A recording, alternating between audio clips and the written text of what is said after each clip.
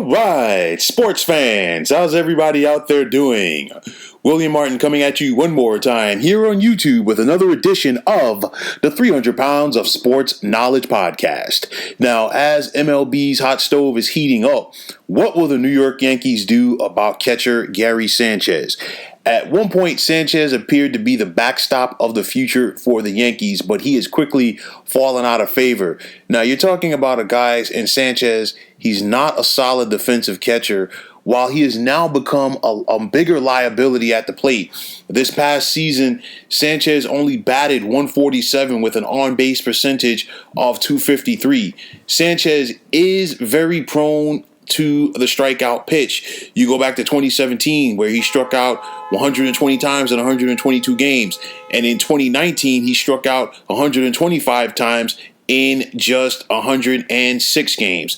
You look at it, Sanchez, he lacks plate discipline, but I think part of the blame for the struggles of Gary Sanchez fall at the feet of the New York Yankees. And one of the biggest things for me is Sanchez, like so many young players currently around MLB, they have been given their starting spots without having to properly earn them. Meaning, there was a time in baseball where, you know what, yeah, a franchise knew that you were going to be the guy of the future at that position, but you still had a veteran in that clubhouse at your position that you could lean on. You had a veteran that you had to, ultimately beat out to get that spot. And even if they gave you the keys to that position right away, there was still that possibility that, the manager would sit you down for a few games and let you, view things from the clubhouse, or from the dugout rather, in order to see what it took to succeed at that position. Gary Sanchez didn't have to worry about that. And I say it's important because, especially with the catching position in Major League Baseball, I know that analytics is really taking away from a lot of things, unfortunately, but catching is still important because you need a guy behind that plate who can call a game. And I know that so many guys are focusing on analytics, this, that, and the third. I'm an old school guy. You still need that guy behind that plate who can call that game. I also think that the Yankees made a mistake, not just for Sanchez, but for several other players when they parted with Joe Girardi. I mean, Joe Girardi, of course, he's managing the Phillies right now, but Girardi was a former MLB catcher. And in the case of a guy like Sanchez, he could have taken him under his wing, but not only take him under his wing, he could also be the type of, and Girardi has been throughout his managerial career, he's been the type of guy who will hold his players accountable. And I don't see that with the Yankees right now with manager Aaron Boone. It's too much of a buddy system.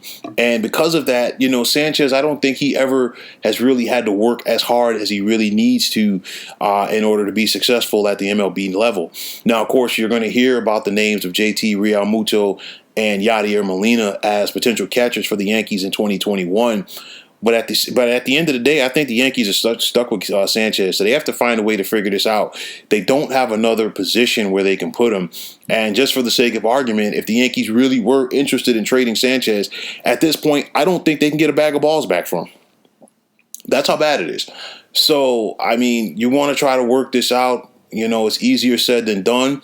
But you know what? The Yankees created this problem, and I know historically over the last 20 to 25 years, the Yankees have their thing where, if their young guys don't pan out right away, they find a way to distance themselves from them.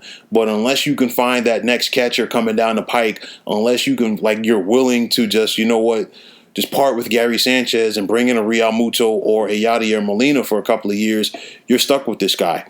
So the Yankees made their bed, and in the end of the day with Gary Sanchez, they're going to have to live in it. So, folks, that is going to wrap it up. And as always, I want to take this time out to thank you for tuning into the 300 Pounds of Sports Knowledge show here on YouTube. I want to thank all of you subscribers out there. And if you have not already, please feel free to subscribe to this channel. Now, if you're on Twitter, please feel free to follow me at 300 Pounds of Sports. And like I always say, if you follow me, it will be my pleasure to follow you right back. There is also the sports discussion group on Facebook at the Sports Depot 365. You can check it out, drop a line, and be a part of one of the better sports debating sites going on social media.